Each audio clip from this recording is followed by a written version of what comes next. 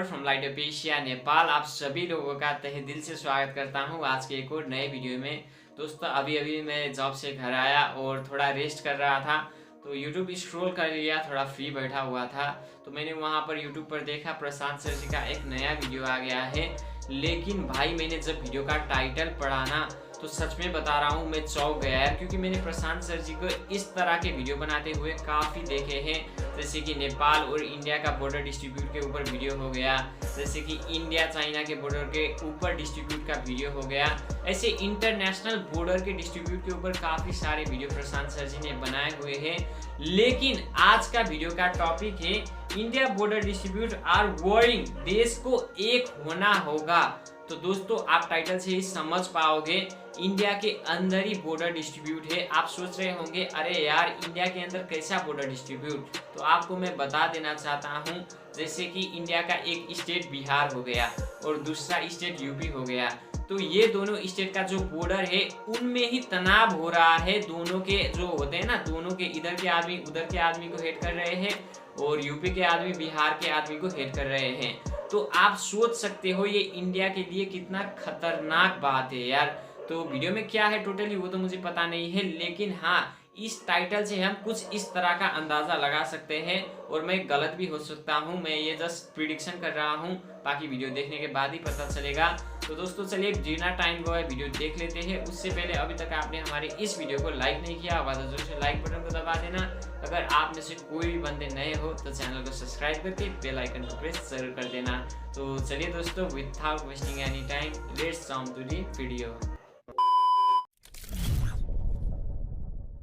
नमस्कार and welcome to world affairs. मैं हूं प्रशांत धवन। नाउ मुझे याद है कई महीनों पहले एक स्टूडेंट ने कमेंट करी थी कि सर आपके हिसाब से इंडिया के लिए सबसे बड़ा थ्रेट क्या है, पाकिस्तान, चाइना या फिर कोई थर्ड कंट्री। आज के समय आई थिंक हम में से बहुत से लोग एग्री करेंगे कि सबसे बड़ा थ्रेट तो है कि शायद हम इंटरनली अंदरूनी तरीके से प्रॉपरली यूनिफाइड है नहीं।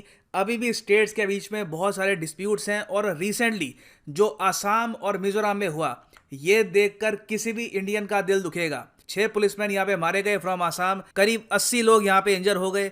इशू क्या था? आसाम पुलिस और मिजोरम की पुलिस ने आपस में फायरिंग स्टार्ट कर दी। यहाँ पे आप अगर देखोगे ये यहाँ पे है मिजोरम, ये यहाँ पे आसाम है। बॉर्डर जो है दोनों स्टेट्स की, वहां पर दोनों स्टेट्स की पुलिस ने फायरिंग स्टार्ट कर दी। और ये बात सुनने में इतनी सैड लगती है क्योंकि इशू यहाँ पर क्या है, एक जमीन का टुकड़ा। आज के समय एज ए कंट्री हम हमारे बहुत सारे जो स्टेट्स के डिस्प्यूट्स हैं ये रिजॉल्व नहीं कर पा रहे। और जो दृश्य हमने यहाँ पर देखा है आसाम और मिजोरम में, कल को ये बाकी स्टेट्स और यूटीज के बीच में होना स्टार्ट हो गया तो इंडिया में हम लोग बहुत ज़्यादा प्रॉब्लम में आ जाएंगे। ऑलरेडी मैं आपको वैसे ये बता दूं, अभी भी सिचुएशन आसाम मिजोरम में 100% नॉर्मलाइज नहीं हुई है। मिजोरम के लोगों ने near the border with Assam bunker बनाने स्टार्ट कर दिए हैं। आसाम ने भी near the border area police की डिप्लॉयमेंट काफ़ी हद तक बढ़ा दी है। और ऐसे टाइम में एक ही व्यक्ति याद आते हैं, सरदार वल्लभ भाई Patel, the iron man of India, जिन्होंने भारत को एक किया था। इन्होंने तो अपना काम बहुत ज़्यादा अच्छे से कर दिया, मगर इनके बाद जो हमने बहुत सारी नई स्टेट्स बनाई हैं, नई बॉर्डर्स बनाई है, वो हम प्रॉपरली कर नहीं पाए। और यहाँ पे ब्रिटिश एरा के जो डिस्प्यूट्स हैं आज भी हमको हॉन्ट कर रहे हैं। और अब सिचुएशन इतनी खराब हो चुकी है कि स्टेट्स की पुलिस आपस में फायरिंग कर रही है और अब तो बंकर्स भी यहाँ पे बनने शुरू हो चुके हैं। तो देखो भारत में बॉर्डर को लेकर बहुत सारे डिस्प्यूट्स हैं। नीड आज के समय ये है कि जल्द से जल्द इन डिस्प्यूट्स को हम रिजॉल्व करें। होम मिनिस्ट्री के हिसाब से ऑलरेडी 7 मेजर डिस्प्यूट चल रहे हैं भारत में। यहाँ पे आप अगर देखोगे एक तो है लद्दाख हिमाचल प्रदेश का डिस्प्यूट। अब यहाँ पे आप कहोगे वेट, लद्दाख यूटी है, हिमाचल प्रदेश स्टेट है, इनके बीच में भी डिस्प्यूट चल रहा है। तो हाँ बिल्कुल, लद्दाख और हिमाचल प्रदेश के बीच में एक जगह है सरचू, इसको लेकर डिस्प्यूट है। बहुत छोटा एरिया है मगर काफ़ी बार इसको लेकर डिस्प्यूट हो चुका है। हिमाचल प्रदेश काफ़ी बार जो लद्दाख में पुलिस है उनको ये कहता है कि यहाँ पे डिप्लॉयमेंट मत करो, ये डिस्प्यूट एरिया है। और फिर हिमाचल प्रदेश का एक्चुअली हरियाणा के साथ भी एक डिस्प्यूट है। और रिसेंटली हिमाचल प्रदेश की सरकार ने सेंट्रल गवर्नमेंट को ये कहा था, 2019 की न्यूज़ है बाय द वे, कि जल्द से जल्द जो हमारी बॉर्डर की सेटलमेंट है ये करवा दो हरियाणा और लद्दाख के साथ। हम नहीं चाहते कि फ्यूचर में बॉर्डर पे हमारे रिलेशंस खराब हो with our neighbouring states and union territories. तो ये जो बॉर्डर का इशू है ये अपनी जगह बना हुआ है। फिर आप अगर देखो कर्नाटका महाराष्ट्र के बीच में तो यहाँ पे तो एक बहुत बड़ा बॉर्डर का डिस्प्यूट है। ऑफ कोर्स यहाँ पे हम बात कर रहे हैं बेलगाम बॉर्डर डिस्प्यूट की। बेलगाम एक जगह है और कर्नाटका और महाराष्ट्र की स्टेट दोनों क्लेम करते हैं इस एरिया को। हालांकि आज के समय जो एडमिनिस्ट्रेटिव कंट्रोल है इसका, ये कर्नाटका के पास है। और जनवरी 2020 में जो महाराष्ट्र के सीएम है उद्धव ठाकरे, इन्होंने तो ये भी कह दिया था कि बेलगावी जो बॉर्डर डिस्प्यूट है, वो जो पूरा एरिया है वहाँ का, ये है कर्नाटका ऑक्यूपाइड महाराष्ट्र। जिस तरीके से हम बात करते हैं ना इंटरनेशनल डिस्प्यूट की, Indian land occupied by Pakistan, ये है Indian land occupied by China. Maharashtra के सीएम ने ये कह दिया कि ये है कर्नाटका ऑक्यूपाइड महाराष्ट्र एरिया। कोई बड़ी बात नहीं है कि भविष्य में यहाँ पर भी वायलेंस हो जाए इस एरिया को लेकर। इन द पास्ट बिल्कुल वायलेंस हो चुकी है, पुलिस के बीच में वायलेंस नहीं हुई, मगर लोग यहाँ पे काफ़ी बार लड़ चुके हैं। तो ये भी एक डिस्प्यूट है जिसको जल्द से जल्द रिजॉल्व करने की आवश्यकता है। और फिर अगर हम देखें आसाम को, तो देखिए आसाम के तो बहुत सारे बॉर्डर डिस्प्यूट हैं। एक बॉर्डर डिस्प्यूट है नागालैंड के साथ, फिर इनका एक बॉर्डर डिस्प्यूट अरुणाचल प्रदेश के साथ भी है, फिर मिजोरम के साथ भी है, फिर मेघालय के साथ भी एक बॉर्डर डिस्प्यूट है। मगर सबसे ज़्यादा कंट्रोवर्शियल बॉर्डर डिस्प्यूट आसाम का है विद मिजोरम। अब ये सब डिस्प्यूट सामने क्यों आ गए? देखिए एक टाइम पर हम यहाँ पे अगर बात करें 1947 से लेकर 1963 तक, तो यहाँ पर था एक यूनिफाइड आसाम। इस स्टेट में अरुणाचल प्रदेश, मेघालय, नागालैंड, मिजोरम सब इसमें आते थे। फिर हमने धीरे धीरे क्या किया है कि स्टेट्स बनाई है यहाँ पर। पहले ये यूटी थी, फिर इनको स्टेट का दर्जा दिया गया। अब जो ये पूरा प्रोसेस था बॉर्डर फॉर्मेशन का, उसको लेकर सारी स्टेट्स यहाँ पर सहमत है नहीं। कई स्टेट्स यहाँ पर मानती हैं कि इनको थोड़ा सा एक्स्ट्रा लैंड मिलना चाहिए जो हिस्टोरिकली इनको ही बिलोंग करता है। अब मिजोरम और आसाम का जो डिस्प्यूट है, ये समझने के लिए आपको यहाँ पर ये भी जानना होगा कि इसमें बांग्लादेशी सेटलर्स का भी रोल है। जो बांग्लादेश के इमिग्रेंट्स हैं जो यहाँ पर बहुत सारी कॉलोनीज बना लेते हैं, उसको लेकर भी मिजोरम के लोग काफ़ी हद तक आप कह सकते हैं कंफर्टेबल नहीं है इन वेरी हम्बल लैंग्वेज। मगर जो ज़मीन को लेकर डिस्प्यूट है, ये है ब्रिटिश एरा का। जब भारत पे ब्रिटेन की हुकूमत थी, उस वक्त मिजोरम एज ए स्टेट या फिर यूटी एग्जिस्ट करती नहीं थी। मिजोरम बस पार्ट था आसाम का। और आज के समय जो मॉडर्न डे मिजोरम की स्टेट है, उस टाइम इसको कहते थे लोसाई हिल। नाउ इवन दो मिजोरम उस वक्त आसाम का पार्ट था, मगर स्टेट्स के अंदर भी आप डिस्ट्रिक्ट्स को बांटते हैं, एरिया को बांटते हैं, आप बॉर्डर्स तय करते हो कि ठीक है ये डिस्ट्रिक्ट यहाँ की हो गई, ये पार्ट यहाँ का है। तो ब्रिटिश इंडिया के दौरान 2 बार बहुत ही इंपॉर्टेंट डिमार्केशन हुई थी आसाम की इंटरनल बाउंड्री की। एक हुई थी 1973 में, दूसरी हुई थी 1933 में। ना मिजोरम के लोग यहाँ पर ये कहते हैं कि जो यहाँ पर लैंड बाउंड्री तय करी गई थी 1873 वाली, वो बिल्कुल ठीक है under the Bengal eastern frontier regulation act of 1873। बाद में जो 1993 में ब्रिटिश गवर्नमेंट ने फिर से डिमार्केशन करी और नई बाउंड्री बना दी यहाँ पर। तो बहुत ही कम शब्दों में यहाँ पे आप देखोगे, ये जो एरिया आपको दिख रहा है जो मैंने मार्क कर रखा है रेड, ये यहाँ पे आसाम है ऊपर, यहाँ पे मिजोरम है। इसको लेकर डिस्प्यूट है between both the states. Now अगर सिर्फ यहाँ पर जमीन का इशू होता तो शायद यहाँ पे इतना वायलेंस ना होता। ये इशू मिजोरम के लिए काफ़ी कष्टकारी बन गया था जब आसाम की प्रीवियस गवर्नमेंट्स ने बांग्लादेश के बहुत सारे जो रेफ्यूजीज हैं, जो यहाँ पे माइग्रेंट्स आते हैं, इनको बसाना स्टार्ट कर दिया बिल्कुल मिजोरम की बॉर्डर के पास में। और मिजोरम के लोग ये कहते थे कि जो बांग्लादेश के यहाँ पे लोग सेटल हो रहे हैं, ये हमारी बॉर्डर में आ रहे हैं बार बार, हमको इससे प्रॉब्लम हो रही है। तो हमेशा देखो इस बॉर्डर डिस्प्यूट को लेकर आसाम और मिजोरम के रिलेशंस खराब रहे हैं। वैसे आप अगर देखो पीपल टू पीपल रिलेशन, तो मिजोरम और आसाम के लोग काफ़ी हद तक फ्रेंडली हैं, मगर इस बॉर्डर डिस्प्यूट को लेकर और जो बांग्लादेशी सेटलमेंट्स है उसको लेकर यहाँ पे काफ़ी प्रॉब्लम्स रहती हैं। तो अभी रिसेंटली क्या हुआ है 2021 में, देखो रिसेंट इवेंट बहुत ही अनफॉर्चुनेट था। मिजोरम की सरकार यहाँ पर ये कह रही है कि ये जो डिस्प्यूटेड एरिया है, यहाँ पर सीआरपीएफ के जवान तैनात है, सेंटर ने डिप्लॉय कर रखे हैं एज न्यूट्रल फोर्स, ताकि ना आसाम ना मिजोरम को लगे कि हमारी यहाँ पे डोमिनेशन है।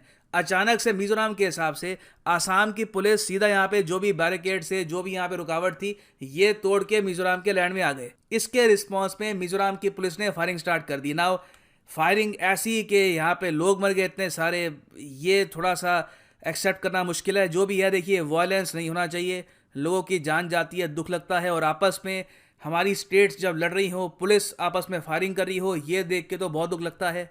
और अभी भी आप अगर देखो तो सिचुएशन इतनी टेंस है कि हालांकि कोई ब्लॉकेड लगा नहीं है आसाम मिजोरम बॉर्डर पे, मगर जो ट्रक्स हैं वो मूव करने से मना कर रहे हैं। वो कह रहे हैं हमें नहीं पता अगली बार कब यहाँ पे गोलियां स्टार्ट हो जाए, तो ट्रक्स यहाँ पे रुके हुए हैं। पॉसिबिलिटी है कि अगर सिचुएशन ऐसी मेंटेन रहती है तो मे बी यहाँ पे लोगों को इन द फ्यूचर कुछ प्रॉब्लम्स भी आ सकती है।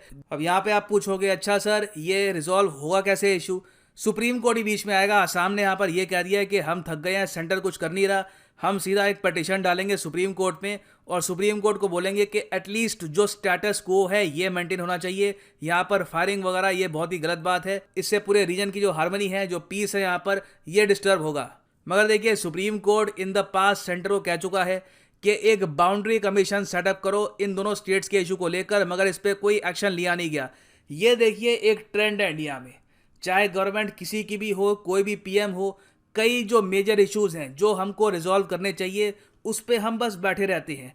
आज के समय हमको चाहिए एक second iron man of India जो सारे जो यहाँ पर डिस्प्यूट्स है ये रिजॉल्व करवा दे और इंश्योर करे कि आज के बाद कभी भी हमको ये न्यूज़ सुनने को ना मिले कि दो स्टेट्स की पुलिस फोर्स ने एक दूसरे पे गोलियां चला दी लैंड को लेकर। और मेरे हिसाब से जो करंट गवर्नमेंट है इनके पास कंप्लीट मेजॉरिटी है सेंटर में, कोई इन पर दबाव नहीं है आज के समय। आई थिंक आज के समय ये जो डिफिकल्ट डिसीजंस है रिगार्डिंग बॉर्डर डिस्प्यूट्स, ये डिसीजंस ये लोग ले सकते हैं and it is time to make sure कि इंडिया में कोई भी इंटरनल यहाँ पे डिस्प्यूट्स ना रहें, सारी स्टेट्स हार्मनी पीसफुली कोएग्जिस्ट करे और आपस में अपना जो ट्रेड है ये इंक्रीज करे। तो गाइस जैसे कि आपने देखा यहाँ पर फाइनली वीडियो खत्म भी हो चुका है। ये वीडियो देखने के बाद ना सच में मैं अंदर से कहीं ना कहीं टूट गया हूँ यार। मैंने देखा है यार इंडियन आर्मी को चाइनीज आर्मी के खिलाफ लड़ते हुए, चाइनीज आर्मी को धूम धमाके भगाते हुए, लेकिन यहाँ पर देखो यार एक स्टेट दूसरे स्टेट को मार रहा है और पुलिस वाले का भी यहाँ पर हत्या हो गया है। तो ये देखकर यार क्या ही बताऊं यार, कुछ बोलने को आ ही नहीं रहा है यार। आप एक अलग स्टेट में रहते हो या आप मिजोरम में रहते हो या आप असम में रहते हो तो मैं मान सकता हूँ यार स्टेट अलग है लेकिन कंट्री तो एक ही है ना।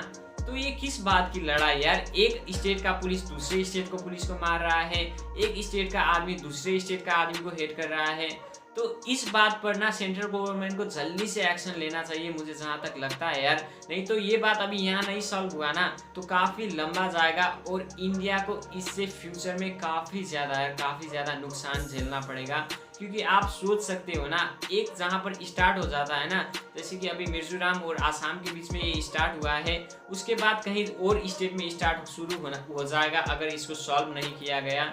तो ये बात से ना मुझे कहीं ना कहीं डर लग रहा है यार। और ये जो लड़ रहे हैं एक दूसरे स्टेट के बीच में, इसको देखकर मुझे कहीं ना कहीं गुस्सा भी आ रहा है यार। ये सोच क्या रहे हैं यार, स्टेट अलग है लेकिन कंट्री तो एक है ना। थोड़ी ना इन लोगों का बाप का कंट्री है जो ये मेरा ही स्टेट है, मेरा ही ये जगह है, इस पर मैं ही बैठूंगा, यहाँ पर कोई आदमी नहीं आएगा। ये तो नहीं हुआ ना यार। एक पूरा देश है उसमें अलग अलग स्टेट बनाया गया है, अलग अलग फैसिलिटीज़ के लिए, अलग अलग ध्यान रखने के लिए। क्योंकि आप सभी को पता ही होगा इंडिया एक बड़ा कंट्री है तो जाहिर सी बात है इंडिया में एक लीडर बैठकर पूरे के पूरे कंट्री को नहीं देख पाएगा। इसीलिए स्टेट अलग अलग बनाया गया है क्योंकि हर एक स्टेट को अलग अलग अच्छे फैसिलिटीज़ मिले, अच्छे सुविधा मिले, इसीलिए हर एक स्टेट बनाया गया है और वहाँ का हर एक लीडर भी बनाया गया है। इसका मतलब ये नहीं कि पूरा का पूरा इंडिया को ही स्टेट में बंटवारा कर दिया गया है। इंडिया एक ही है, आपको भी समझना होगा और संभलना होगा यार। तो दोस्तों आपका इस बात पर क्या राय है आप कमेंट करके बता सकते हो। बाकी आप देख रहे होंगे मेरा हिंदी लड़बड़ा रहा है तो उसको इग्नोर कर देना क्योंकि मैं नेपाल से हूँ और हिंदी बोलते समय आप समझ ही सकते हो यार थोड़ी बहुत प्रॉब्लम आ जाती है। तो चलिए दोस्तों मिलते हैं अगले वीडियो में, तब तक के लिए bye bye, take care, love you all, जय नेपाल, जय हिंद।